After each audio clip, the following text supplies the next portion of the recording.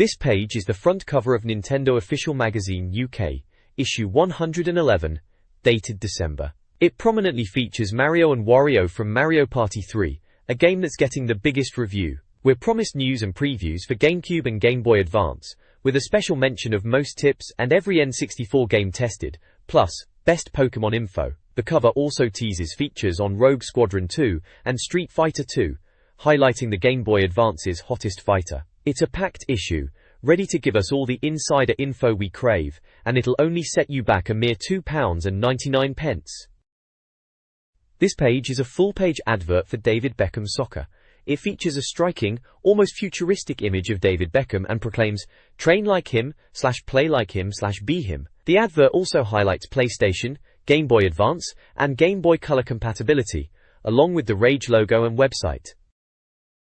This page is the cover of the December 2001 issue of Nintendo Magazine, issue 111. It boldly proclaims, "Here's why we've always been the UK's biggest-selling Nintendo 64 and Nintendo Magazine." The cover features a group of smiling staff members, including names like Mark, Barry, Rich, Tim, Sean, Nicola and Dave, all giving a thumbs up. Below this, it lists 6 reasons why the magazine is the best, covering new game releases, screenshots, ease of understanding, tips and cheats, trusted writers, and ultimately, that it's not worth buying any other magazines. The bottom half showcases some of the games reviewed in this issue, including Mario Party 3, Rogue Squadron 2, Street Fighter, Harry Potter, and Pokemon Crystal, with snippets about their content. The issue also mentions, "Quick flick, turn to P6 to see how the last ever N64 game scored."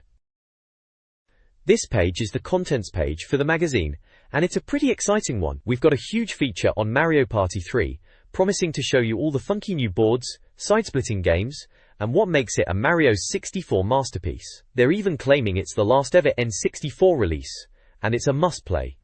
Over on the right, the game news section highlights a load of fantastic sounding titles, including Batman Vengeance, Bloody Roar Extreme, Pokemon the Creatures, Heart of Darkness, Q GameCube, Spyro the Dragon, Street Fighter Alpha 3, Tony Hawk's Pro Skater 3, and Star Wars Rogue Squadron 2. It also promises the first and best coverage for new games.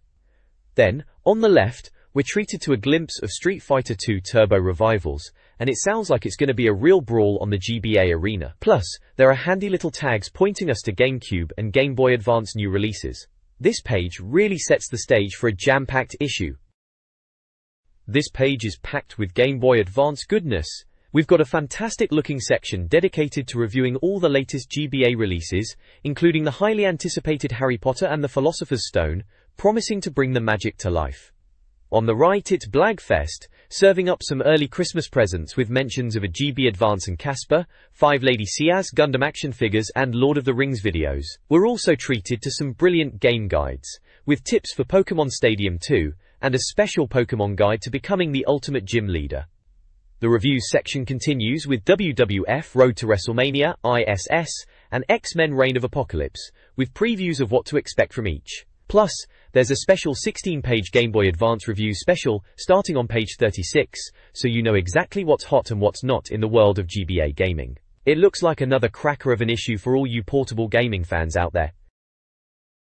This page is a feast for the eyes, showcasing an absolute legend Mario, making his grand entrance with a glorious umbrella, surrounded by shower of shiny gold coins.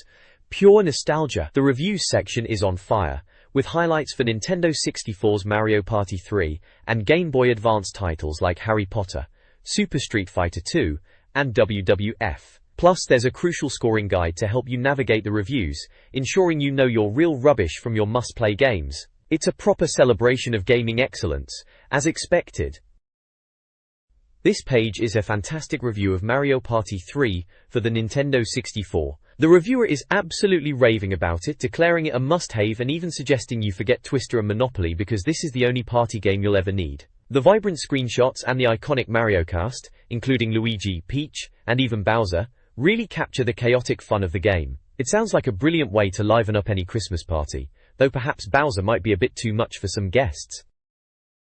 This page dives into the specifics of Mario Party 3. The reviewer highlights the game's impressive visuals, stating that the bright, cartoony graphics and animated backgrounds are a real treat that you won't tire of. They praise the single-player story mode for offering a chance to get acquainted with the boards and storyline, though they do point out the slight drawback of having to wait for the AI characters to take their turns.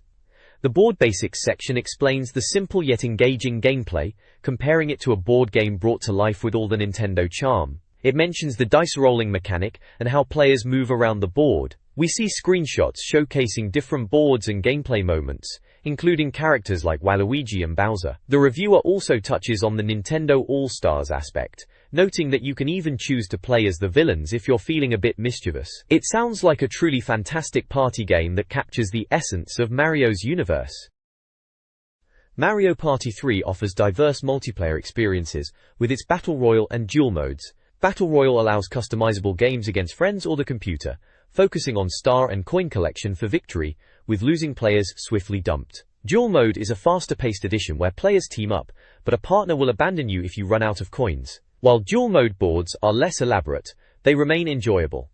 The game balances luck and strategy, despite its cute appearance, offering tense moments alongside classic Mario charm. Sound design receives praise for familiar music and character voice lines from favorites like Mario, Wario, and Donkey Kong. Overall, Mario Party 3 delivers a variety-packed and competitive gaming experience. This page dives into the Chilly Waters board from Mario Party 3, painting it as the easiest board in the game and a great place to start your party. We get a look at the board itself, showcasing the familiar faces that line the icy landscape, with a special mention of Waluigi. The review highlights the game's knack for throwing in wicked little tricks and encourages players to keep their eyes peeled. Down below we get details on two specific events: Snowball Scramble, where a giant snowball made by a snowman rolls around the board to flatten players, and Break Time, where a tranquil lake freezes over, but beware, the ice isn't as strong as it looks. It also points out that the penguins featured on this board are a nod to their appearance in the classic Super Mario 64. It sounds like a chilly, yet fun, time to be had. This page is a full-page advertisement for the Harry Potter trading card game. It features Quidditch imagery and text encouraging readers to find the magic in you. This page dives deep into the underwater world of Mario Party 3, with a focus on the deep blue sea board. The reviewer clearly enjoyed the thematic elements and the challenges presented, noting the friendly locals and some less than welcoming ones. We get a glimpse of the board itself, showing off the colorful pathways and iconic Mario characters. The page also highlights 3 specific minigames or events: Torpedo Terror, where you have to guess the correct button to avoid a torpedo; One Wish, detailing how to use a magic lamp to reach a star; and Moving Mummy, describing an encounter with a sea monster that can alter the game's course. The reviewer's commentary suggests these events are a fun and sometimes tricky part of the Mario Party experience, with a touch of nostalgia for those classic Mario Party mechanics. It's a good look at how the game blends strategy with pure, unadulterated fun. This page features a full-page advert for Spyro, Season of Ice on Game Boy Advance. The vibrant ad showcases Spyro the Dragon in his icy adventure, promising power in your pocket with over 20 new levels and 3D worlds. It also includes screenshots of gameplay and logos for Universal Interactive and Game Boy Advance. This page dives into the spiny desert board in Mario Party 3, and I must say, it's a rather pleasant change of pace from all that chilly weather we've been enduring. The reviewer seems to agree, noting that this arid landscape offers a bit more excitement. We get a look at the board itself, which is quite detailed with all sorts of hazards, like those spiky cacti, and a rather ominous-looking vortex in the Into the Void section. Apparently, you'll want to time your moves carefully to avoid getting impaled or swallowed whole. There's also a mention of Boo making his debut, and he's just as mischievous as ever, ready to snatch your coins or even a precious star. It sounds like Boo really keeps you on your toes, and I can attest to that. He's a real menace. The Cactus Olympics section highlights a minigame where timing your jumps over cacti is key, and frankly, it looks rather fun, if a little painful if you mess up. Overall, it's a solid look at a board that seems to offer a good mix of challenge and quirky fun, just what you'd expect from Mario Party. This page is a full-page advert for the Alliance and Leicester U18 cash card, offering a chance to win an N64 game of your choice and 6 free issues of a magazine. This page takes us on a nostalgic trip through some of Mario's finest moments on the Nintendo 64. We start with a look back at Super Mario 64, released in March 1997. It paints a picture of Mario's adventure to Peach's castle, which, surprise, surprise, is found empty. It correctly notes that it doesn't take a genius to figure out Bowser's up to his old tricks, kidnapping the princess again. Mario's quest involves traversing 15 different worlds, battling Bowser 3 times, and rescuing Peach. Then, we jump to July 1997 with Mario Kart 64. The summary here is spot on. It's all about the fun, not the story. Just a rip-roaring, high-octane race fest to get the adrenaline pumping. It encourages players to pick their favorite Nintendo character and get racing on the big N. All in all, a fantastic time. Finally, we get a glimpse of Mario Party from March 1999. The description captures the essence perfectly. Mario invites you to one of the most insane parties ever. It advises leaving your cares at the door and preparing for some minigames with terrific prizes. Sounds like a blast. This page delves into a few more Mario adventures, starting with Mario Party 2 from June 2000. It seems this sequel offered a lot of changes from the original, with more minigames and a smoother experience overall. Next up is Mario Tennis in November 2000. Featuring all your favorite Nintendo characters, including the new recruit Waluigi and some baby characters. The reviewer suggests picking your player and getting down to the baseline for some ace action. Then we have Mario Golf from September 1999. After all that Bowser bashing, Mario apparently decided to put his feet up with a round of golf. Unfortunately, none of the snooty golf clubs would let him in, so he had to set up his own. Sounds like a typical Mario scenario, doesn't it? Finally, we're treated to a preview of Super Smash Bros. From December 1999. This tournament is all about deciding who the hardest Nintendo character is, and this game certainly gives you the chance to find out. Get ready for some truly breathtaking one-on-one Nintendo battles. This page is a full-page advert for the Harry Potter and the Philosopher's Stone video game.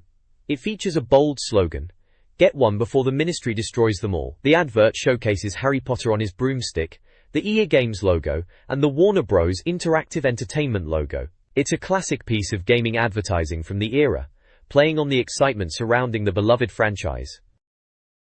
This page is a full-page advert for the Harry Potter and the Philosopher's Stone video game. It highlights the game's availability on PlayStation, Game Boy Advance, and PC Cadrom, with screenshots for each platform. The advert urges players to get your games now and directs them to the official websites. This page is a cracking full-page advert for Mario Party 3, featuring a massive ensemble of Nintendo's finest. We've got Mario, Luigi, Princess Peach, Princess Daisy, Yoshi, Donkey Kong, Bowser, Wario, Waluigi, Goombas, Koopa Troopas, a piranha plant, Boo, and even a rather menacing star. They're all jumbled together in a chaotic, celebratory pile, with coins, game boards, and dice scattered about. It really captures the fun and madness of the Mario Party series, promising hours of multiplayer mayhem. A proper classic for any N64 fan. This page dives deep into the creepy cavern board from Mario Party 3, the game's final and arguably spookiest stage. The reviewer is clearly impressed, calling it the most challenging and terrifying board in the game, perfect for those who like a good scare to go with their minigames. We get a fantastic, colorful overview of the board itself, showing off the iconic characters like Mario, Luigi and Yoshi in their designated spots. The page also breaks down some of the board's unique features. Runaway train. This isn't just any old train track, it's a spectral locomotive that chases you down if you land on it. The reviewer humorously notes that you'll be miles from your intended destination, and probably without any decent prizes. Bad old Bowser. Landing on a Bowser square throws you into a game of skill with the King of the Koopas. It sounds like a bit of a con, with a random prize generator that mostly wants your coins, though getting a whopping 10,000 coins might just make Bowser flee. Sleeping King. This describes the Homp King blocking a path, demanding a mushroom or nothing. The reviewer sarcastically questions the king's nobility, highlighting that you'll need to visit a shop to get past him. Overall, the page paints a vivid picture of a board that's both a visual treat and a genuine test of nerve, really capturing the essence of Mario Party 3's chaotic fun. This page is all about the minigames in Mario Party 3, and it's a real treat. We get a glimpse of a whopping 70 minigames on offer, and the reviewer is clearly chuffed, saying that fans of the originals will love what's here. Best of all, once you've unlocked them, you can take them for a spin in Battle Royale and Duel mode in the minigame room, whenever you fancy. We see several screenshots showcasing the variety. Baby Bowser Bonkers looks like a chaotic bouncing frenzy. Bowser Toss involves flinging Bowser around like a ragdoll, pure bliss apparently.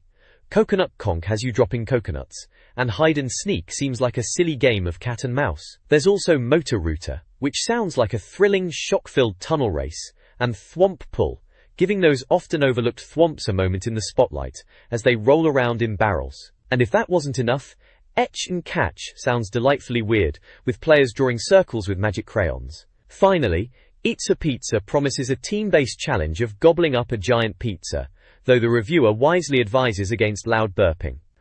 The overall impression is that Mario Party 3 is packed with bonkers, enjoyable games.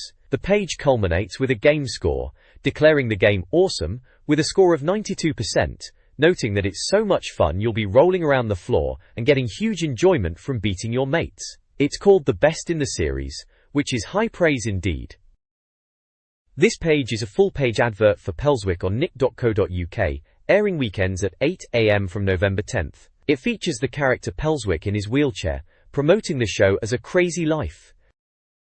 This page dives headfirst into the magical world of Harry Potter and the Philosopher's Stone on Game Boy Advance. The review paints a vivid picture of Hogwarts, from navigating spooky corridors and battling weird magical creatures, to the thrill of playing Quidditch and snagging the golden snitch. It seems EA has done a stellar job of bringing the book's magic to life, with even a Bertie Bott's every flavor bean making an appearance, though some flavors, like the bogey one, are best avoided. The game's mechanics are praised for their quick intro sequence, ensuring you're up to speed even if you haven't devoured the book. It looks like a solid adventure awaits wizards and witches alike. This page continues the review of Harry Potter and the Philosopher's Stone for the Game Boy Advance, focusing on gameplay elements. We're told that talking to characters is key, as they often set challenges, and it's wise to be wary of Snape in his classroom. The review highlights that the game captures the film's atmosphere with its sounds and music. Puzzles are described as generally straightforward, with the overall quest being manageable. The game features spellcasting, with lessons on how to perform them by mimicking teachers and battling creatures. Hogwarts itself is presented as a sprawling school with many passages to explore. The reviewer concludes with a score of 82%, recommending the game for those who enjoy adventure, collecting, and the Harry Potter universe. This page is a full-page advert for the Gladiator scooter, described as the latest craze from the USA. It's a BMX, skateboard, and micro-scooter rolled into one, with an exclusive gyro system for 360-degree bar spins. It's available for £99.99 and features full suspension, Shimano gears, and V-brakes. There's also a competition to win bikes. This page is a full-page advert for the Saracen X-Ray mountain bike from Halfords, priced at £199.99. It boasts front suspension, 21-speed Shimano gears and V-brakes, all designed to be as hard as nails. There's also a mention of the Diamondback Igniter, an exclusive dirt/race model, ready to rule at the trails. This page is a review of Super Street Fighter 2 Turbo Revival on the Game Boy Advance. It highlights the game's long title and impressive reputation, promising a faithful return to the classic beat-em-up experience. The review details how the game delivers satisfying fighting with all the flavor of the original Street Fighter titles, including a vast array of special moves and deadly combos that have become legendary in the gaming world. We're treated to screenshots showcasing iconic characters like Ryu, Ken, and Zangief in action, and the text excitedly mentions the inclusion of all 16th Street Fighter II All-Stars, leaving the reader to ponder who they'll choose to control. The reviewer is clearly impressed, noting the game's fast and fluid fighting mechanics and the satisfying inclusion of multiple combos and special moves. It sounds like a solid port, bringing the beloved arcade classic to a handheld near you. Super Street Fighter 2 Turbo Revival on the Game Boy Advance offers a streamlined fighting experience. Controls are remapped, A and B for punches/kicks, L for heavy punches, and R for heavy kicks, reminiscent of Jean-Claude Van Damme's fighting style. Button taps and holds control attack strength. The game features arcade, versus GUNU training and time attack modes, catering to both solo players and competitive matchups. A notable feature is adjustable speed settings, ranging from normal to the intense Turbo 3. Reviewers praise the game's impressive animation and fast-paced gameplay, calling it a fantastic 2D beat-em-up and a worthy addition to any GBA library. It successfully captures the essence of the classic arcade fighter in a portable format. This page dives into the special moves and sound design of Super Street Fighter II Turbo Revival for the Game Boy Advance. It highlights that each fighter has unique moves, with some, like Dalsim's Yoga Inferno and Vega's Rolling Claw Dive, being particularly memorable. The reviewer notes that even though the moves can be tricky, simplified controls make them accessible, especially with Ken's potent fireball attacks. The game's sound is also praised, with the variety of sound effects and voice samples described as a welcome feature, despite the music potentially becoming repetitive. There's also a mention of minigames, like car smashing and barrel busting to test your skills. Overall, it seems the game offers a solid dose of classic fighting action, and the GameScore confirms this with an impressive 92% rating, calling it an exceptional 2D fighter for the GBA. This page is a colossal Nintendo Prize Zone competition, offering a fantastic array of goodies to win. You can bag yourself a PlayStation 2, a Game Boy Advance, a Nintendo 64 with Pokémon Stadium, a PC with internet access, a home cinema system, or even a Nokia 8210. There's also a chance to win Pokémon Crystal, Pokémon cards, and £150 worth of games. Plus, if you fancy a bit of a thrill, you can win tickets to watch wrestling live. It's all about scoring big with the Prize Buster game, where the higher your score, the bigger the prize. Get calling, folks, and good luck! This page dives into WWF Road to WrestleMania for the Game Boy Advance. The reviewer finds the game disappointing, citing poor controls and gameplay that's a stinker, though they do admit the wrestler animations and entrance scenes are quite good. Despite a strong roster, it's a shame the basics are so fiddly. The reviewer also highlights the impressive sound department and the cool entrance sequences, particularly the Undertaker's bike entrance. Ultimately, it's a mixed bag, scoring a respectable 80% but failing to reach the heights of N64 classics like WWF No Mercy. This page is a full-page advert for Casper, a Ghost of Christmas Present, on Game Boy Advance. It showcases the game's title, artwork of Casper and his pals, and screenshots from the game. The advert also features other upcoming Game Boy Color and Advance titles. This page is a review of International Superstar Soccer, ISS, for the Game Boy Advance. The reviewer praises the game's realism and gameplay, stating it's a solid and well put together football sim. While acknowledging it's not quite as good as the N64 versions, they highlight its good looks and precise controls, giving it an impressive 88% score. The page features screenshots of the game in action, showcasing the international teams and gameplay mechanics, and touches upon the game's difficulty and how to approach it. This page is a full-page advertisement for WWF Road to WrestleMania 2001 on Game Boy Advance.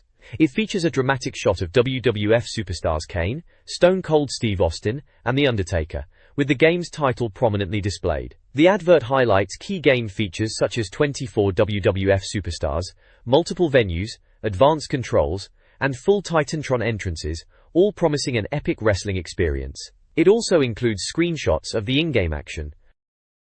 This page is a cracking review of Midway's arcade hits for the Game Boy Advance. It's a trip down memory lane to the golden age of arcades, bringing us classics like Defender, Robotron 2004, Joust, and Sinistar. The reviewer notes that while the graphics are simple, as you'd expect from arcade ports, they retain the spirit of the originals. They particularly highlight Robotron as the most action-packed, and Defender for its challenging alien-blasting gameplay. It's a definite must-have for anyone nostalgic for those 80s arcade thrills. This page is a review of Super Buster Move for the Game Boy Advance. The reviewer is a bit disappointed with the lack of variety, stating that only 4 games aren't enough, and the visuals, while clear, are quite basic and might not appeal to everyone. However, they do concede that it's a decent puzzle game with addictive gameplay, and the multiplayer is a definite plus. Ultimately, it's a bit of a mixed bag, with the reviewer suggesting it's best suited for seasoned retro gamers rather than newcomers. This page features a review of X-Men: Reign of Apocalypse for the Game Boy Advance, giving it a 4-star rating. The reviewer notes that after some disappointing X-Men titles, this game is a breath of fresh air, offering fast-paced action. The page also dives into the selectable characters, Wolverine, Storm, Cyclops, and Rogue. Each character's unique abilities are highlighted, from Wolverine's claws, to Storm's lightning, and Cyclops' visor beams. Rogue's power to absorb mutant abilities is also mentioned. Screenshots showcase the gameplay, depicting the X-Men battling enemies in various environments, and the text offers a brief plot summary about their journey back from Mojoverse and the mystery surrounding Cyclops' death. The reviewer praises the graphics as looking like they're straight out of a Marvel comic, with the backgrounds being particularly impressive. The game is described as a beat-em-up with good controls and challenging enemies. This page takes us through the review of Denki Blocks, a puzzler for the Game Boy Advance that's quite the brain tickler. The reviewer is impressed, calling it easily one of the most original puzzlers coming to Game Boy Advance this autumn. We get a glimpse of the game's info, including its price and release status, and it seems the soundtrack is decent enough, with adequate sound effects. The page also touches upon the X-Men upgrade system, where players can enhance their mutant powers, and shows a screenshot of Wolverine getting a stat boost. Apparently, how quickly you clear a level affects your upgrades, so speed matters. The Block Party section explains the core gameplay of Denki Blocks, moving colored blocks around a grid to make shapes, with the twist that blocks move together unless tethered. There are plenty of puzzles, over 150 in fact, across various modes including multiplayer. The graphics are described as colorful and uncluttered, making for a pleasant experience. The reviewer also mentions that being the best Denki Block player means challenging the 8 leading players, each with their own set of 25 puzzles. There's even a perfecto mode for speed solvers. Overall, it sounds like a rather charming and challenging puzzle game. The page concludes with a game score of 90%, highlighting how the game starts gently but ramps up to become a real test of skill for puzzle fans. This page dives into the review of ECKS vs. Sever for the Game Boy Advance. It's a futuristic first-person shooter that follows in the footsteps of Backtrack. You can play as either ECKS or Sever, and your objective is to blast your way through opposition, using whatever firepower you can get your hands on. The reviewer highlights that the game boasts high levels of detail and a moody atmosphere, making it a treat, though some areas are a bit bland. The missions vary from seek and destroy to more complex multi-objective tasks, and stealth is often key. You start with a pistol, but soon get your hands on a jackhammer or a devastating grenade launcher. The reviewer also notes that some levels take place in the dark, requiring IR goggles to find the light switch. Overall, ECKS vs. Sever is described as having satisfying gun sounds and enemies that die with a distinct ugh. This page features a review for Disney's Atlantis, The Lost Empire on Game Boy Advance. The reviewer is quite impressed, stating, "Atlantis is shaping up to be a top Game Boy Advance title. We're keeping our fingers crossed for this one." They laud the game for its stunning visuals, especially the character animations that closely mimic the Disney film, and the engaging gameplay. The reviewer highlights the excellent 4-player link-up capability, noting that it doesn't lose any speed or detail. The variety of missions, from simple destruction to complex objectives, and the ability to play as ECKS or Sever, add significant replayability. The game's presentation, with its atmospheric settings and detailed environments, is praised, though a few areas are noted as being a bit bland. Despite this minor point, the overall sentiment is highly positive, with the game scoring a fantastic 90% in the GameScore section, calling it an excellent game with exciting missions and link-up battles. However, another section gives it a score of 79%, calling the characters well animated but the controls awkward, and deeming it not an enjoyable GBA experience. It seems there might be some conflicting opinions. This page features a review of Gradius Advance for the Game Boy Advance. The reviewer is clearly impressed, calling it an 80s classic that has been given a new lease of life on the GBA. The gameplay is described as classic shoot-'em-up action, with the reviewer praising the power-up system and the variety of weapons available. The screenshots showcase the game's colorful and detailed graphics, with one showing the player's ship facing off against a massive boss. The review highlights the game's fast-paced music and the robotic voiceovers that help identify power-ups, suggesting a truly immersive experience. It seems Gradius Advance is a worthy addition to any GBA owner's collection. This page brings us a review of Tetris Worlds, a game that's definitely held its court since the dawn of video games. It's making a comeback on the Game Boy Advance, and apparently it's still as fun as it was on the original Game Boy Classic. The reviewer notes that while it adds new modes, pure Tetris heads might find it a bit disappointing, but for those who missed out on the original, this could be a good way to jump in. The game features colorful blocks and animated backgrounds, although they're described as poor by the reviewer. There's also a mention of the classic Tetris tune, jazzed up with plenty of Russian-inspired sounds, which is always a bonus. The game score for this one is a respectable 72%. This page features a review of Phalanx for the Game Boy Advance, a side-scrolling shooter that's apparently a throwback to the glory days of gaming. The reviewer clearly had a blast, describing the action as fast-paced and furious, with ridiculously large weapons. They also highlight the game's challenging nature and its frantic pace, suggesting it's a real test of skill. The visuals are praised for being extremely tasty, and the music is noted for its energetic, little bit dated, but fittingly fast and furious sound. It sounds like a proper old-school blast that will keep you busy for a good while. This page dives into Scooby-Doo and the Cyber Chase for the Game Boy Advance, and let me tell you, it's a bit of a mixed bag. While it nails the cartoon's charm and humor, reviewer reckons it's just another generic platformer. Apparently, there's not quite enough to keep you hooked, and it feels a little underwhelming. Still, it does present a decent GBA challenge, so if you're a die-hard Scooby fan after a bit of a puzzle, this might just do the trick, but don't expect revolutionary gameplay. This page dives into Rugrats, Castle Capers for the Game Boy Advance, and it's a rather colorful affair. The reviewer finds the cartoon worlds vibrant, though the Rugrats themselves aren't quite spot on. You'll be retrieving toys and finding missing friends, which sounds like a typical Saturday morning cartoon plot. The gameplay involves navigating through various worlds, with Stu's playground and a snowy wonderland being showcased. You'll also have to deal with Angelica, who's stolen the baby's toys, and even recruit Kimi from Paris. Phil and Lil make an appearance too, adding to the familiar Rugrats cast. The game's length is deemed a bit short, with nothing really pulling you back in after you've finished it, suggesting older gamers might blast through it quickly. Despite its lack of challenge for seasoned players, the game is considered ideal for younger fans, earning it a score of 79%. It's a decent if not groundbreaking platformer for the little ones. This page features reviews for two Game Boy Advance titles, Batman Vengeance and Driven. Batman Vengeance is hailed as one of the best superhero titles on the handheld, with a good mix of driving and flying stages, scoring a respectable 86%. Driven, on the other hand, is described as a cool-looking racer with great tracks, but unfortunately, the handling is a bit awkward, leading to a score of 80%. We also get a glimpse of the Powerpuff Girls game, which is described as having great graphics and sound, but the gameplay is rather monotonous, and only scores a 64%. This page dives into Jurassic Park 2i, Park Builder for the Game Boy Advance, a game where you get to build your very own dinosaur theme park. The reviewer seems quite taken with the concept, especially the freedom to place your own dinosaurs and structures, though they do point out that keeping your guests happy is crucial to avoid financial ruin. There's a bit of gentle ribbing about the transport system, with buses apparently going around in circles, which sounds hilariously frustrating. The game receives a solid score of 83%, with the reviewer noting it's a brave attempt at a new genre, and has that addictive just one more turn quality, but it's not quite GBA greatness.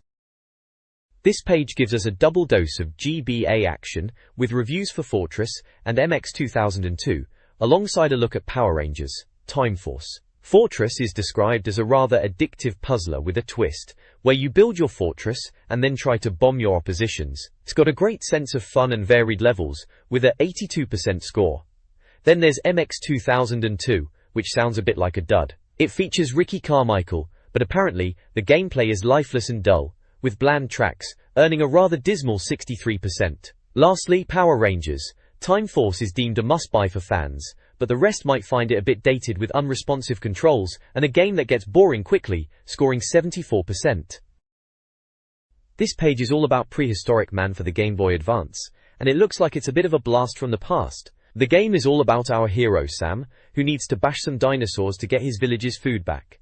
The review highlights how much fun it is, with its lush levels and crazy creatures, and a wicked cartoon feel. Apparently you'll be collecting bones to buy food, and you'll have to deal with all sorts of nasty enemies, like dinos, lions, and spiders. There's even a boss section, where you'll be taking on a mountain lion, and a rather fierce dino that spits fire. The graphics are described as excellent, and the whole game has a great sense of humor. The sound is also noted, with drum and bass beats that are anything but prehistoric, suggesting you should definitely whack on your headphones. All in all, Prehistoric Man sounds like a fun, if slightly sluggish, adventure, bagging a respectable 86% score. This page reviews two Game Boy Advance titles, Dexter's Laboratory, Disaster Strikes, and SpongeBob SquarePants, Super Sponge. Dexter's Lab gets a decent 79%, praised for its looks and humor, but the puzzles are a bit bland and repetitive. SpongeBob, on the other hand, scores a respectable 77%, offering a well-put-together platform romp with a totally crazy sense of humor, perfect for fans of the show, despite not setting any new standards in portable gaming. There's also a look at Rocket Power, Dream Scheme, which scores a rather impressive 84% for its fast and fun gameplay, though the controls might take some getting used to. This page is a full-page advert for Science Year, featuring an abstract artistic representation of physics concepts, with accompanying text about momentum and spin. This page is a fantastic full-page advert for the Nintendo official magazine's Awesome Collection. It's a vibrant showcase for the magazine itself, featuring the bold, awesome logo and the Nintendo official magazine branding, all presented with a metallic, key-like design. We also get a glimpse of some classic Nintendo 64 cartridges, including the legendary Perfect Dark, alongside the Rated T and 18 age ratings, showing this collection is for the serious gamer. The bottom of the page promises, completely tested by our experts, and all the games you must have, which, let's be honest, is exactly what we all want from our gaming magazines. This page is packed with pure N64 gold. First up, Banjo-Kazooie gets a massive 96% score, praised for its breathtaking adventure and tricky puzzles. Then it's Diddy Kong Racing, also scoring a whopping 92%, lauded for its revolutionary kart racing and awesome controls, even with multiplayer. Next, Banjo-Tooie earns a stellar 97%, with the reviewer loving the bigger worlds and better camera angles compared to its predecessor. Conker's Bad Fur Day also scores a fantastic 93%, with the reviewer particularly enjoying the Matrix-inspired scene and its crude humor. Beetle Adventure Racing gets a solid 91%, a fun racer with great handling. We also see Donald Duck in Going Quackers, a decent 90% title that captures Disney magic. Donkey Kong 64 hits a respectable 96%, with the final battle against King K. Rool being a highlight. Duke Nukem 0 Hour is reviewed with a 92%, noted for its cracking one-liners and tough bosses. Finally, the page features a home-tested section detailing the official N64 controller and the 6T4 controller, both praised for their comfort and gameplay. It's clear the reviewer has played them all and knows their stuff. This page is a vibrant cover for Game Boy Advance, featuring the magnificent Suicune from Pokémon Crystal version, promising an in-depth review of this highly anticipated title. We're also treated to a sneak peek of Resident Evil for the Game Boy Color, which looks set to be a chilling horror quest. Plus, get ready for Which Way, Wicked Wendy Swoops Down, and Snoopy Tennis, offering more gaming goodness. It's a packed issue, and that free sticker is always a welcome sight, isn't it?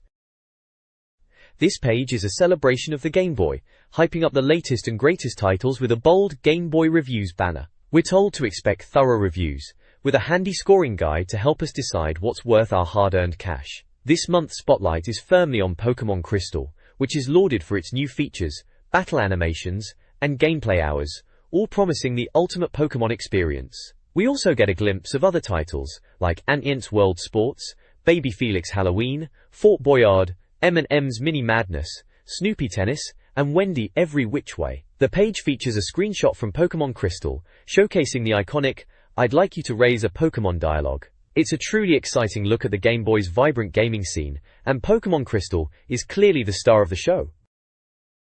This page is an absolute stunner, featuring a massive, almost overwhelming depiction of Suicune from Pokémon Crystal. It really hammers home just how massive Pokémon Crystal is, with the title emblazoned across the image in giant, white letters. The tagline beneath it, "The bandwagon of beasts just keeps on rolling as the latest gem in the Pokémon crown prepares to knock out all that's gone before," perfectly captures the hype surrounding the game. We also get a little Nintendo official magazine Awesome tag, which is a nice touch. Honestly, it's hard to look at this and not want to jump straight back into the world of Pokémon.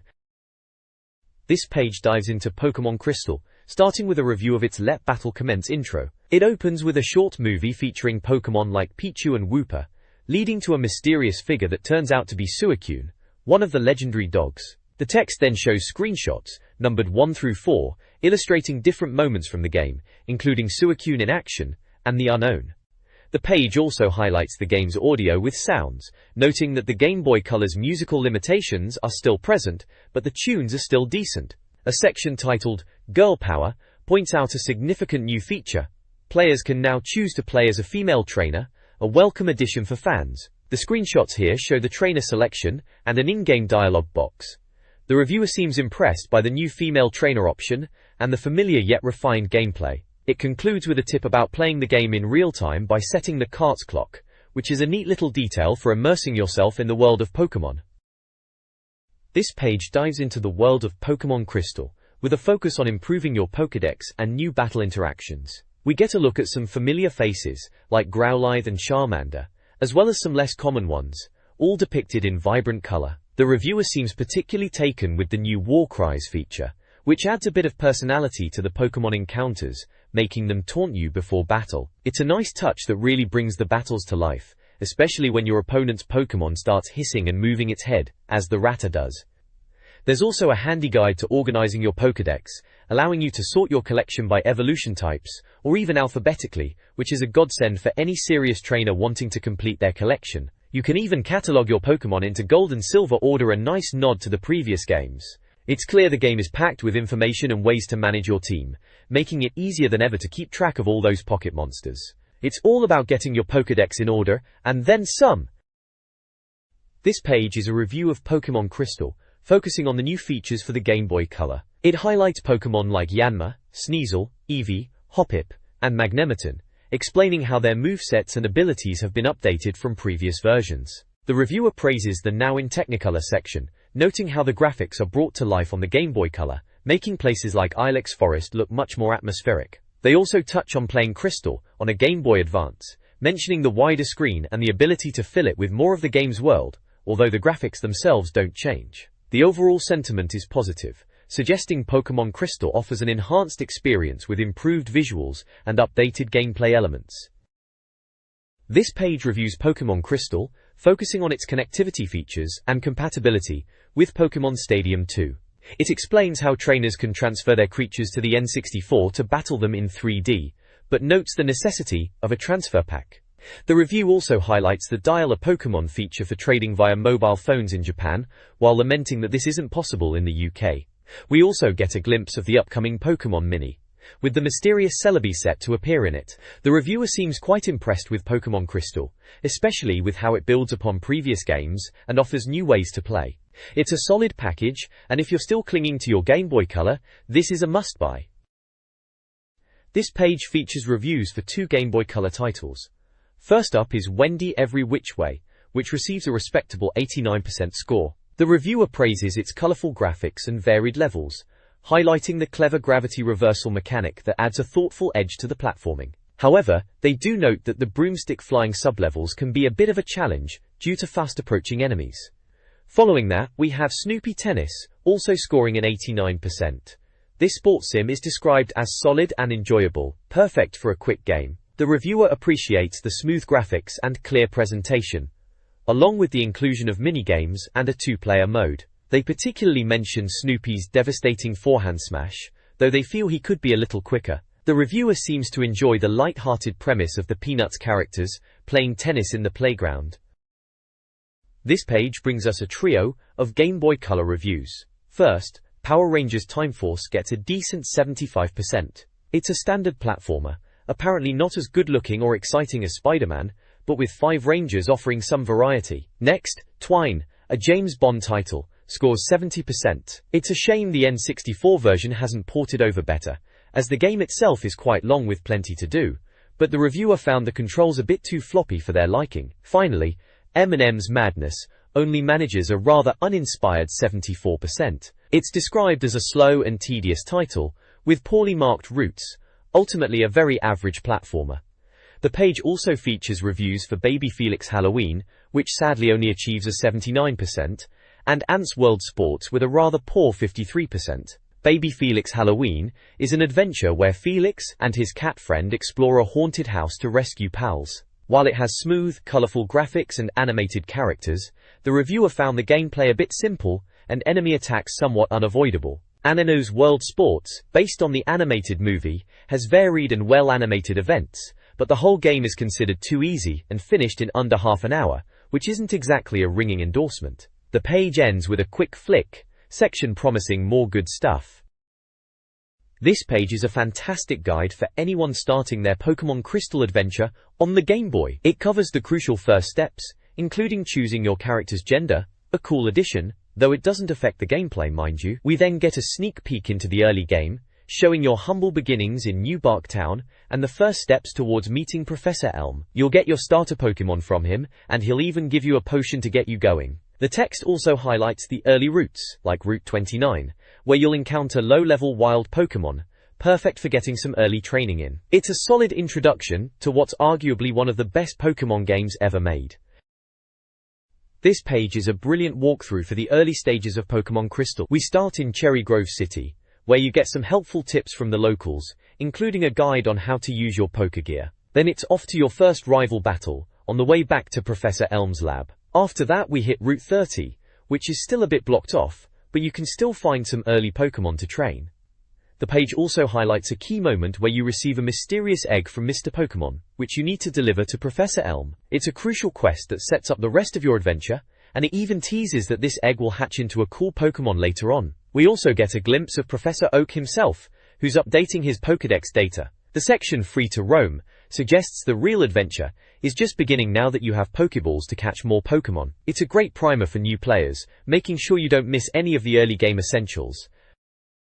This page dives into the Game Boy Advance with a Game Boy test, showcasing some essential add-ons. We see the vibrant orange Game Boy Advance itself, alongside a rather fetching robotic accessory, which appears to come with a light, magnifier, and charging unit. The page also highlights some of the must-have games for the system. There's Super Mario Advance, promising the classic duo's platforming prowess, and F-Zero, a high-octane racing experience. We also get a look at Rayman Advance, praised for its looks, gameplay, and cuteness, and Mysterio's Menace, noted for staying true to its roots. Prices are listed, with Super Mario Advance and F-Zero at £29.99, Rayman Advance at £34.99, and the RoboPower accessory for £19.99.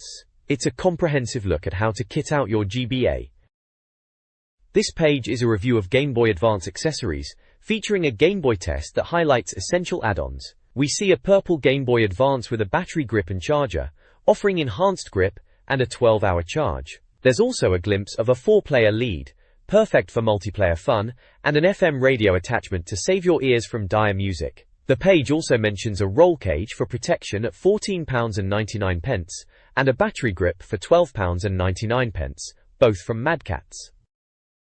This page is a preview of Resident Evil Gaiden for Game Boy Color, and what a preview it is. The headline screams, "New GB Adventures, Stop Umbrella, Kill Man-Eating Zombies," which is pretty much the entire premise. You play as Barry, tasked with investigating a sinister cruise ship called the Starlight. The game promises atmospheric lighting and excellent B.W. bioorganic weapon action, all in the classic Resident Evil style. It's set to be a survival horror experience by Virgin Interactive, releasing in December. The screenshots look suitably grim, featuring Barry himself and some rather unpleasant-looking zombies being tussled with by a rather formidable Doberman. It certainly looks like it'll be a chilling adventure on the high seas. This page is all about Resident Evil Gaiden for the Game Boy Color, and it looks like a proper horror show. We get to see Barry tackling some truly gruesome zombies on the Starlight cruise liner, and the text tells us the atmosphere is tense, making it feel like a mini horror movie. The reviewer seems pretty impressed, noting that there hasn't been a bad Resident Evil game yet, and this one is unlikely to break the trend. The screenshots showcase some rather unseemly encounters, with the game promising impressive first-person sequences that require good timing to take down the undead. Plus, you can apparently lug around a good amount of gear in your inventory. Sounds like a chilling time on the high seas. This page is a competition feature. We've got a chance to win a virtual paintball pro kit, which sounds like a blast for those who fancy a bit of digital combat. To enter, you just need to answer a question about a sharpshooting cowboy's real name. Then, there's a chance to snag Pokemon Crystal if you can answer a question about which Pokemon graces the box. It's all rounded off with a mention of Scooby-Doo and the Cyber Chase, suggesting you can win that too if you crack a Scooby-related teaser. The How to Win section gives you the lowdown on how to get your entries in by the 13th of December. Sounds like a good old-fashioned giveaway to me.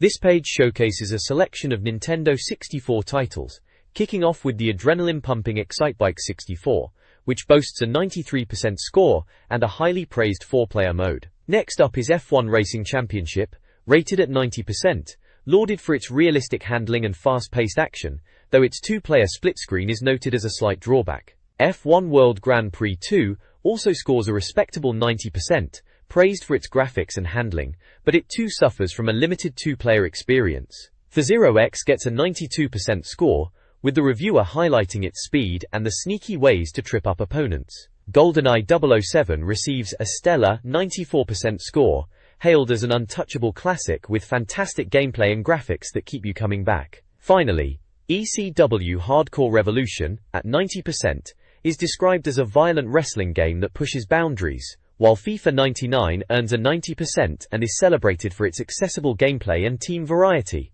The page also features a review of the G64 controller, noting it looks better than it plays, and the HyperPad Plus, which offers customizable handles but has sticky buttons. Rounding out the page is the Trilogy 64 controller, which includes a memory card and rumble pack, offering good value. This page dives into the realm of multiplayer gaming with a look at ISS 98, a football simulation that scores a fantastic 93%. It's lauded for its realistic graphics and gameplay, making it a must-have for any football fan. Then we switch gears to Lilat Wars, a space blaster that earns a 90% score. The reviewer praises its addictive gameplay and cool power-ups, calling it a classic. Next up is Mario Golf, also scoring a respectable 90%. This one's all about fun, with plenty of wacky courses and characters to keep you entertained. Following that is Mario Kart 64, a perennial favorite that maintains its 90% status. It's praised for its varied tracks and awesome characters, perfect for a fun night in. International Track and Field hits the scene with a 94% score. It's described as the ultimate multiplayer game, packed with surprise events, and the addictive pursuit of world records. Lastly, Jet Force Gemini gets a 93%, a solid action-adventure game that promises non-stop excitement with its varied worlds and cool characters. The page also features a look at the Rumble Pack and Rechargeable Jolt Pack, essential accessories for enhancing the gaming experience. This N64 multiplayer showcase highlights several top titles. Mario Party 2, 91%, is lauded as the ultimate party game with 64 minigames. Mickey's Speedway USA, 92%, impresses with its graphics and challenging courses, while Mortal Kombat 4, 90%, delivers a classic fighting experience. NFL Quarterback Club 90%, is a treat for American football fans, and Operation Winback 90% offers explosive espionage despite camera issues. Paper Mario 93% stands out as a fantastic RPG, but Perfect Dark 97% steals the show as a superior sequel to GoldenEye. Pokemon Puzzle League 90% blends Pokemon with Tetris Attack for strategic fun.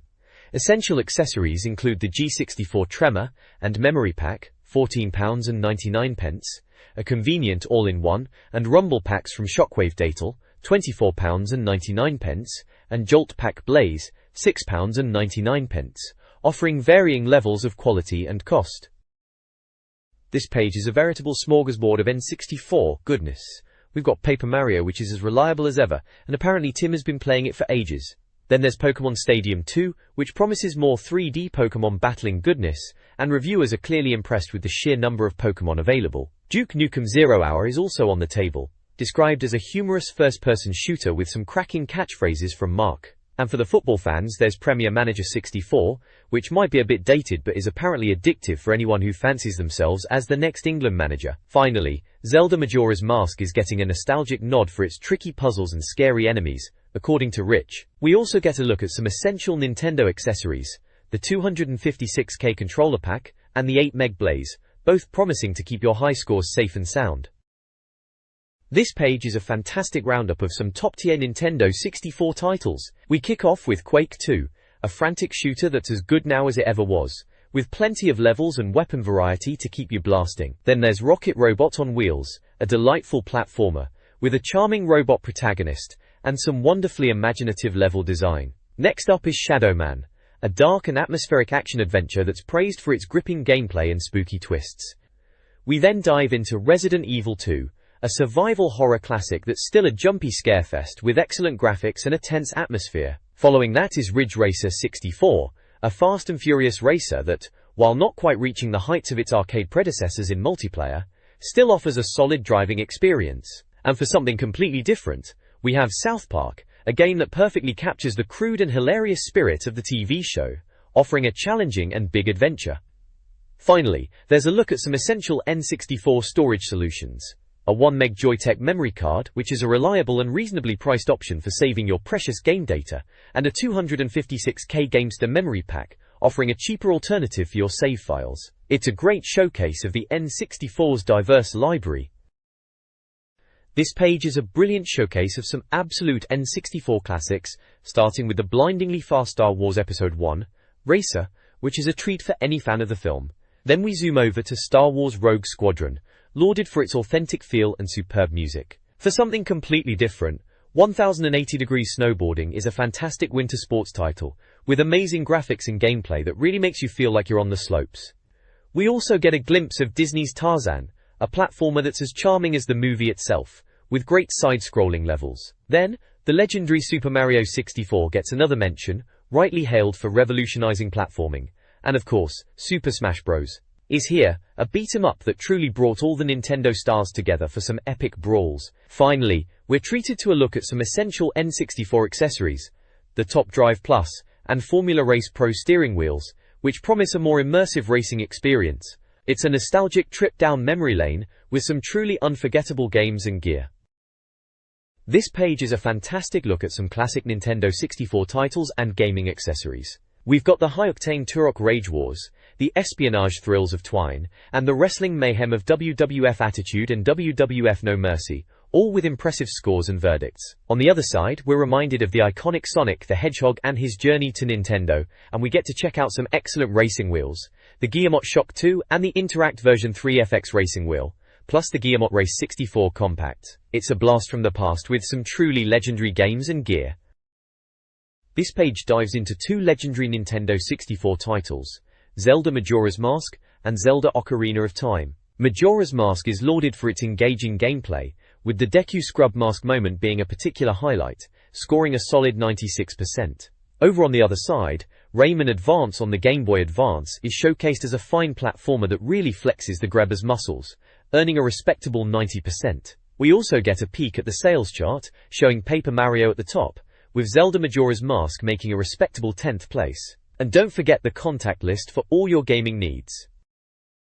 This page is a full-page advertisement for THQ's Game Boy Advance titles, featuring wrestling, Scooby-Doo, Disney's Atlantis, and Power Rangers. It also promotes the websites www.gclub.net and www.thq.com.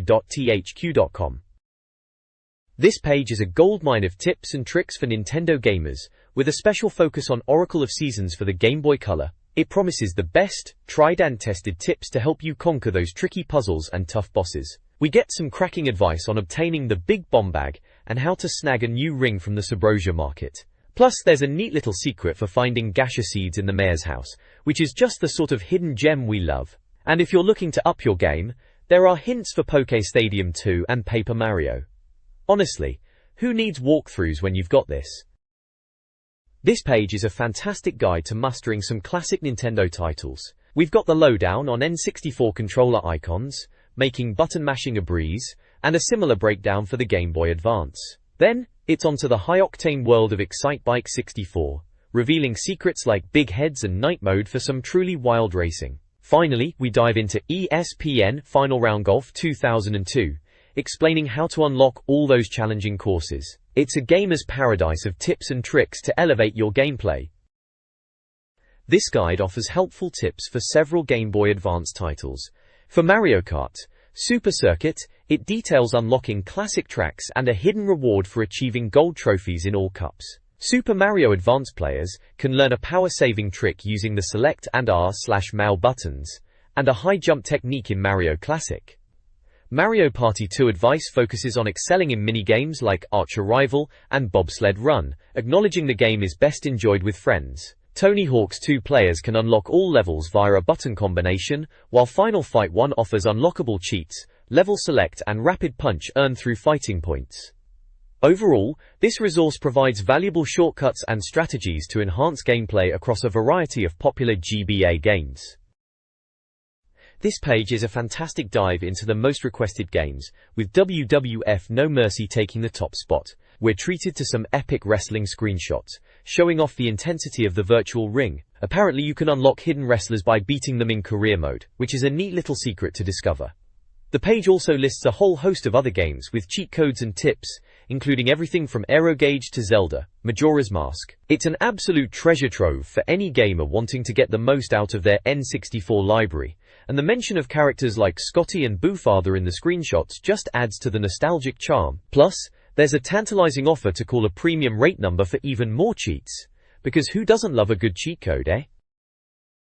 This page is all about reader contributions and tips, with your tips emblazoned across the top. We've got a top tip for Castlevania, Circle of the Moon, explaining how to activate any G's card in the game by setting up a combination and exiting the menu screens. Apparently once you've collected them, they'll still activate.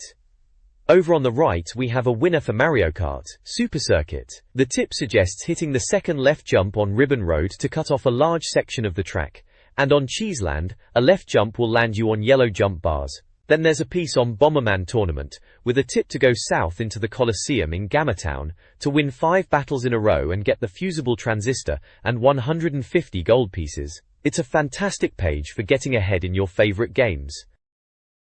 This page is packed with helpful tips and tricks for Nintendo gamers. We've got a reader asking for help with Super Mario Advance, and a detailed explanation on how to defeat Wart, which involves a bit of turn IP throwing action. Then there's a question about unlocking Ebisu Maru in Crazy Racers, with instructions on how to get him by collecting a blue diamond and setting lap records. The page also includes a quick tip for the Super Mario Advance to skip levels by using a specific button combination. Finally, for those looking to get involved, there's a call for your top tips and gaming queries to win some Nintendo gear. This page is all about bragging rights and proving your gaming prowess.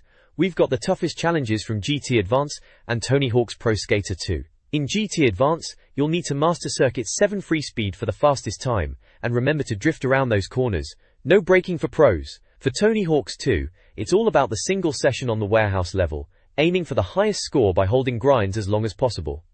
The results are in for Perfect Dark, with Daniel Bowman of Edgeware absolutely smashing it in the Special Agent, Attack Ship Covert Assault mission with a lightning-fast time of 2 hours 42 minutes and 32 seconds. On the other side of the page, Rob Morgan from Clyde is the king of the rooftops in Tony Hawk's Pro Skater 2, with a massive 563,792 points. The rest of the leaderboard features some truly impressive scores from players across the UK, including Ed Thomas, Dean Waterford, Craig Duncan and Chris Lomas, all achieving incredible times and scores. It really makes you wonder if you've got what it takes to get your name up in lights. This page is all about a mega challenge for Mario Kart 64, extending the closing date for entries. It features Donkey Kong and Luigi in their karts, looking ready for action. The text encourages players to submit their best times on the Cheeseland circuit, emphasizing the need for quick reflexes and strategic boosts. It also warns against cheating, and reminds participants to include all necessary details with their entries, like a phone number. The page details the progression to the final, where the top 4 racers will compete, and the ultimate prize is bragging rights and potentially official Nintendo merchandise. It also mentions that in the event of a tie, names will be drawn from a hat. This page dives deep into the world of Pokémon Stadium 2, offering a comprehensive guide to conquering its gym leaders. We're treated to a fantastic type matching chart, which is absolutely crucial for anyone looking to build a winning team and blast through those challenging gyms. The article reminds us that it's not just about having the right Pokémon, but also about equipping them with the most effective attacks. Plus, there are some cracking screenshots showcasing Pokémon in action, with Poliwrath and Slowbro looking particularly fierce. It's a must-read for any Pokémon trainer wanting to achieve ultimate victory. This page takes us on a tour of the gym leader castles in Pokémon Stadium 2, starting with a look at the Johto Gym Leader Castle. We see a bird's-eye view of the impressive structure, and then dive into the Violet Gym, where Faulkner's flying-type Pokémon await. The game suggests using electric and psychic types to defeat him, with Pikachu and Togetic shown in battle. We then get a glimpse of the Azalea Gym, home to bug and grass-type Pokémon, with Chikorita and an unnamed bug-type battling it out. The article also highlights the battle against Bugsy, who uses Scyther, and recommends flying, fire, and water types to take him down. It's a solid guide for anyone looking to master the game's challenging gyms.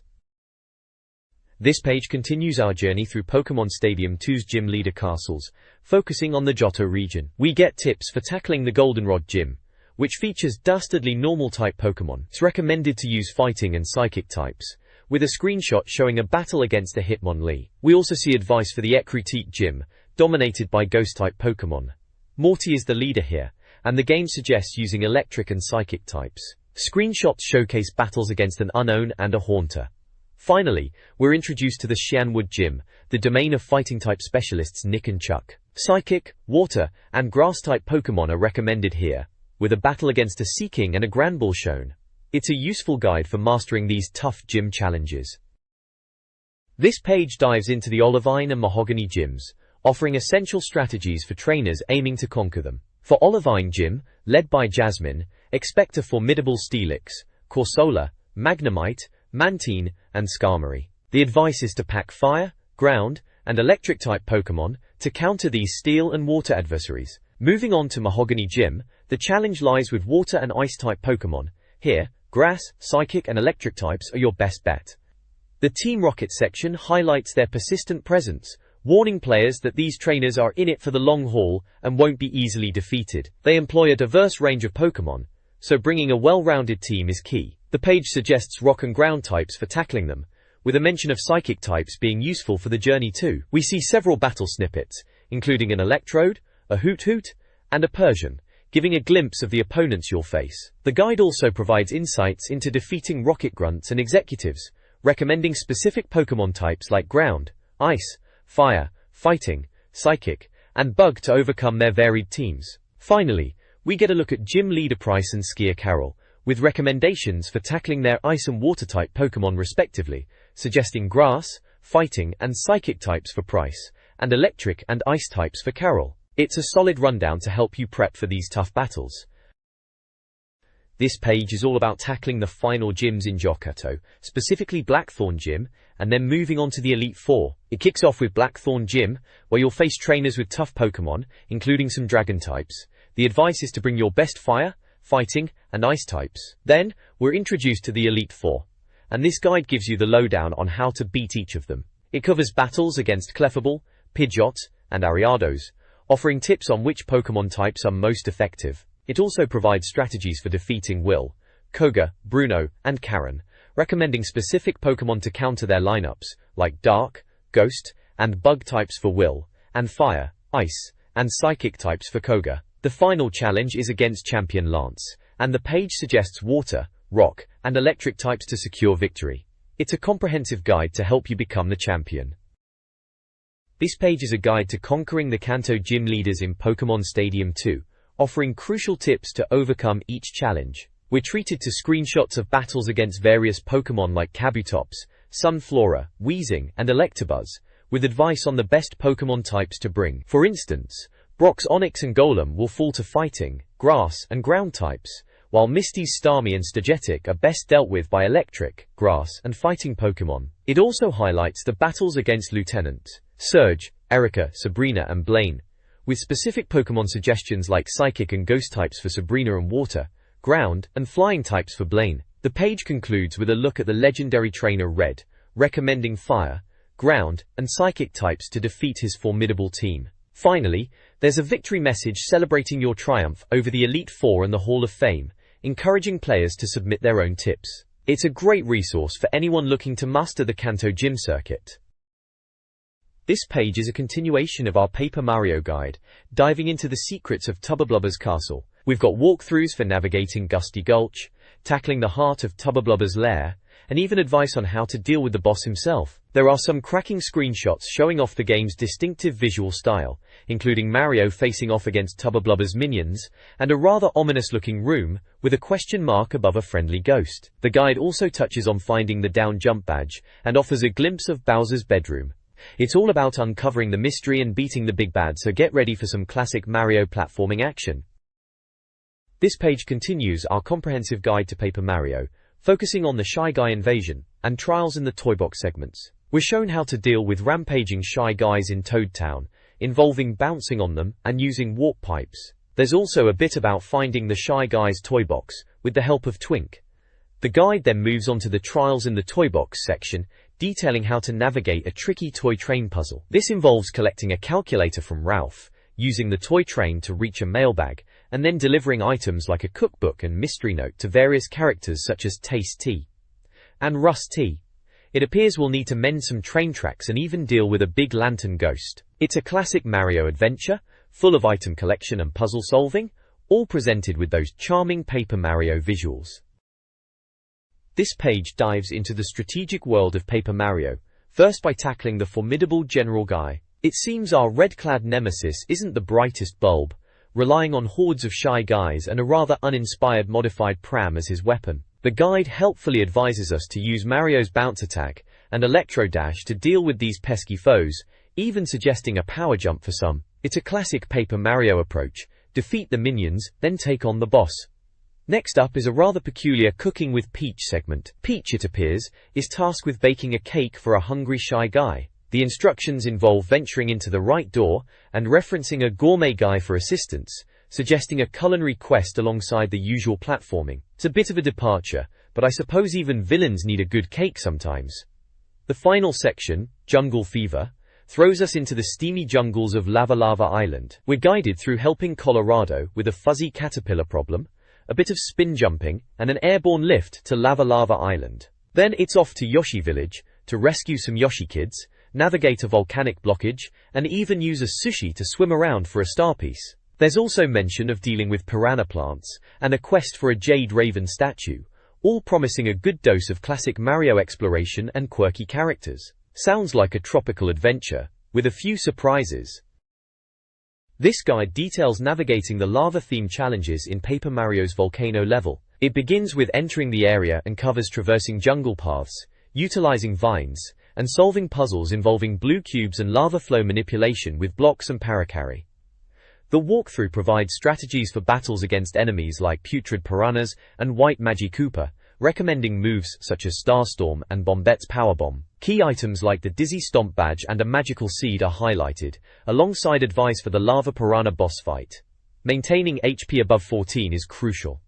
Interactions with characters like Colorado and a treasure hint from a grumpy NPC add depth. The guide culminates in obtaining the Volcano Vase from Matza on Lava Lava Island, offering a complete overview of this challenging area. This page takes us through the flower fields in Paper Mario, a surprisingly romantic little spot filled with colorful flora, though beware, some of it packs a venomous punch. We're guided through retrieving a magical bean from Petunia and collecting red berries for a flower to open a gate. Then it's off to get yellow berries from a yellow tree. We also learn how to get a star piece by spin jumping below a tree and using Watt to uncover a secret block. Another section details how to get a dizzy dial and navigate some tricky steps, and we're even told how to get the fertile soil and give a blueberry to a yellow flower. It sounds like quite the floral adventure, and if that wasn't enough, we're then whisked off to a tower to meet Bombette and eventually battle Spike, who joins us as Lake Alesta. Quite the busy day for Mario. This page offers a helpful guide to navigating the tricky final stages of Paper Mario, specifically focusing on the Huff and Puff and Peach in Disguise segments. We're shown how to acquire the coveted Ultra Boots, which are essential for progression, by venturing into some rather unsavory sewer areas. The instructions are clear, detailing how to use Lake Alesta and the Tornado Jump to overcome obstacles and defeat enemies, even guiding us through a boss encounter. The Peach in Disguise section provides tips on how to help Peach evade capture by using the sneaky parasol and avoiding detection by guards. It highlights the importance of stealth and strategic use of the environment to stay hidden. Further into the page we get a glimpse into Farewell to Toad Town, suggesting the game is nearing its climax and encouraging players to explore and gather any last-minute items. The screenshots show Mario interacting with characters and progressing through different environments, hinting at upcoming challenges. We also see a segment on Shiver City Mystery, which sounds like a classic Paper Mario side quest involving a penguin murder mystery. A delightful touch of humor and intrigue that fans have come to expect. The tips here involve gathering clues and using specific moves to solve the case, all while keeping an eye on the clock. It sounds like another great adventure awaits Mario.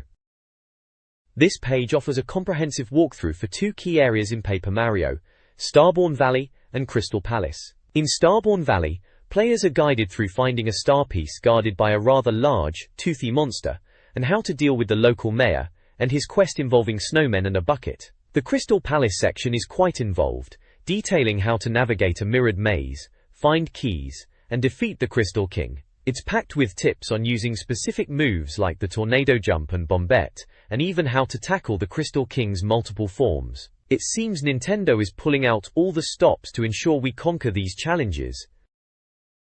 This page guides us through Bowser's castle in Paper Mario, detailing how to rescue Princess Peach. We'll be navigating treacherous paths, battling guards, and solving puzzles.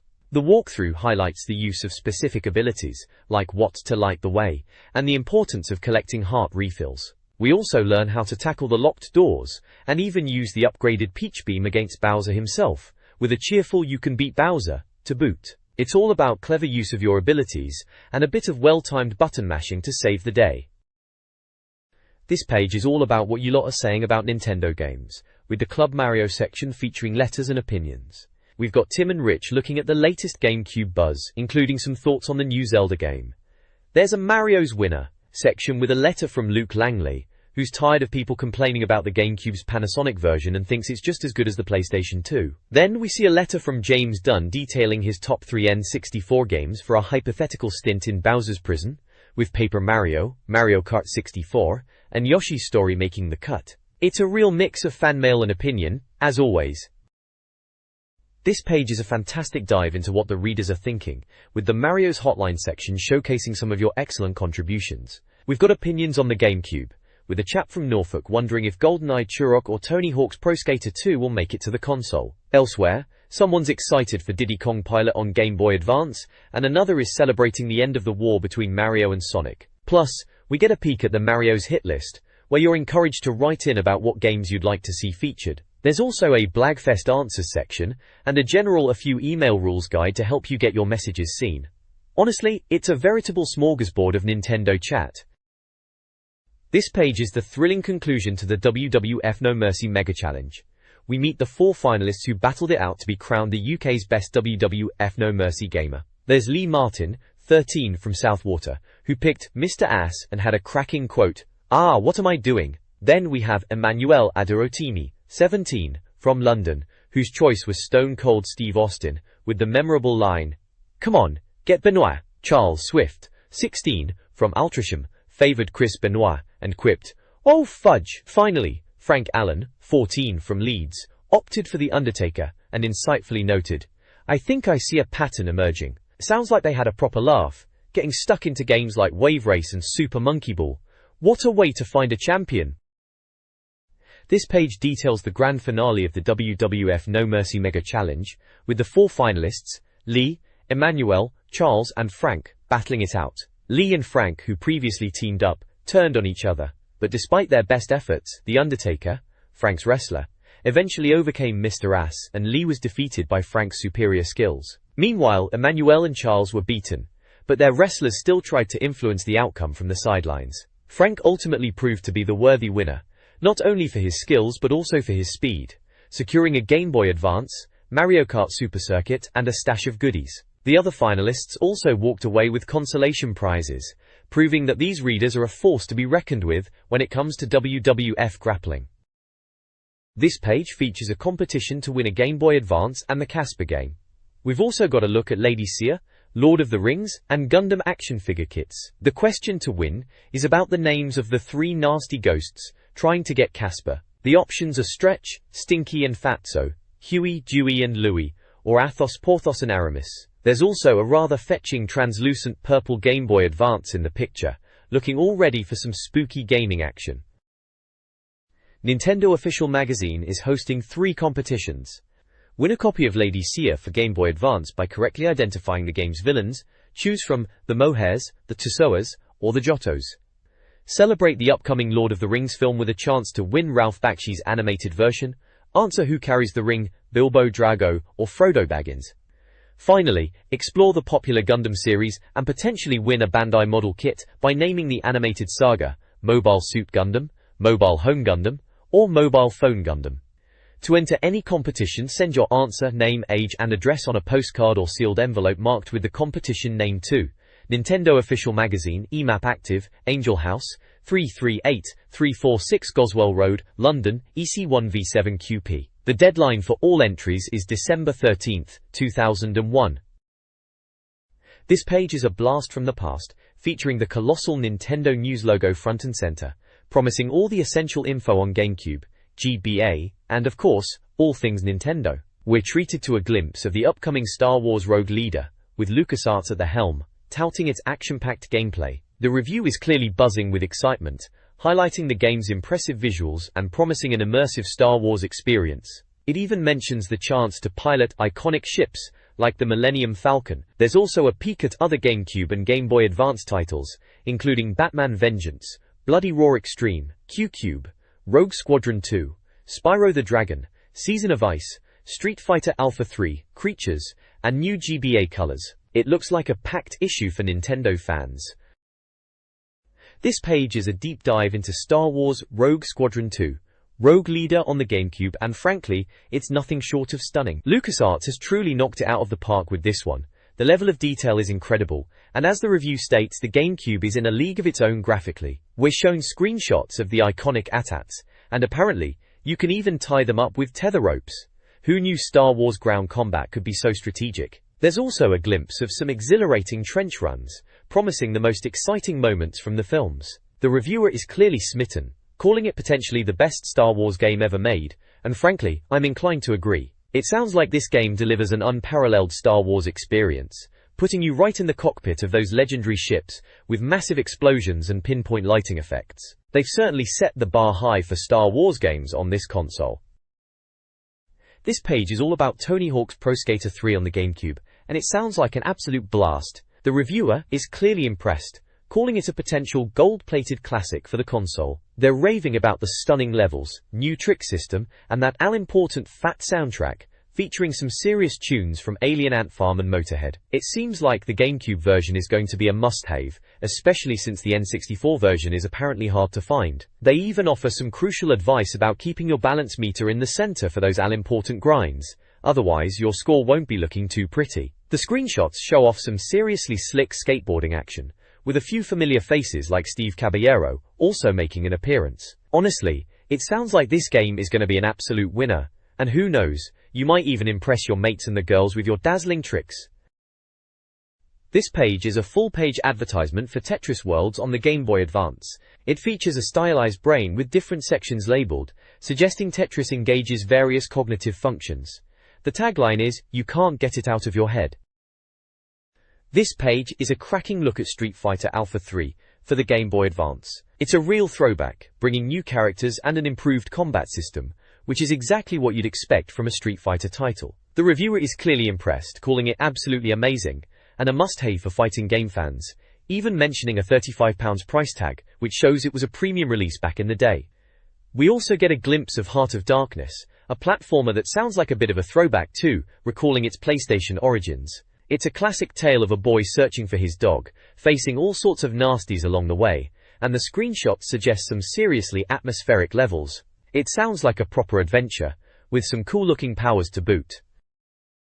This page is a jam-packed advert featuring a dial-a-prize promotion for GameCube and DBZ games, alongside a massive Nintendo official magazine advert. Plus, there's a whole section dedicated to Nokia, Motorola and Sagem's ringtones and graphics, all for 60p per minute.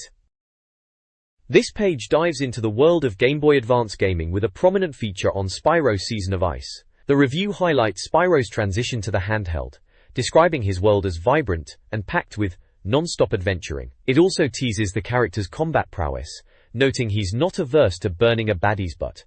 In the fast news section, we get a glimpse of Cell Damage making its way to GameCube, promising a destruction-filled cartoon racer. On a more charming note, Klonoa is also getting the handheld treatment for GBA, described as a Namco stalwart, with a colorful brand. The page also touches on some quirky gaming accessories, including the intriguing P5 glove. Finally, Creatures is introduced as a new Game Boy Advance title that aims to rival Pokémon, focusing on raising adorable creatures called Norns. The reviewer is clearly smitten, stating they're so damn cute looking. The page rounds off with a list of upcoming GameCube titles, including fan favorites like Luigi's Mansion and Super Monkey Ball. This page is all about the big news that new metal band 50 Grind have teamed up with the Pokémon All-Stars to release a Christmas #1 single. The article features a picture of the band and mentions they're banking on all you Pokemaniacs to get out there and buy it. Elsewhere on the page, there's a massive list of mobile phone ringtones and logos, covering everything from X-Men to the Spice Girls, and even a section for all-time faves and cartoon downloads, with a prominent advert for ToneMania.com. It's a real blast from the past, showing how much mobile phones and gaming have evolved. This page is packed with all the juicy details on Batman Vengeance for the GameCube. Ubisoft is bringing us a dark, moody action-adventure title that pits the caped crusader against his classic rogues gallery, including the Joker, Poison Ivy, and Mr. Freeze. You'll be tracking down the source of Gotham City's crime wave, exploring 19 sprawling levels, and getting around in the Batmobile and Batwing. Expect tons of Bat gadgets to master, like Batscopes and Batarangs, and even some Zelda-style combat. The reviewer is clearly impressed, calling the graphics sharp, the levels huge, and the controls excellent, stating this game is going to be one to watch. We also get a sneak peek at Pinball of the Dead for the GB Advance, Sega's first pinball game, and a tie-in to their House of the Dead shooter. It features 3 tables with gory zombies and evil mutants, and it's slated for a March release in Japan with a European launch later in 2002. The screenshots look promising, suggesting GBA owners will have their first pinball hit on their hands. This page showcases Bloody Roar Extreme for the GameCube, a beat-em-up that lets you transform into animals. The reviewer is quite taken with it, praising its realistic weapons, in-depth story, and multiplayer modes. They're particularly impressed by the graphics and the smooth animation, calling it a real beast of a game. The page also features a recruitment call for various roles within the magazine, including advertising, editorial, design, marketing, and training to be a journalist, directing interested parties to tastelifevetpaid.co.uk or a postal address.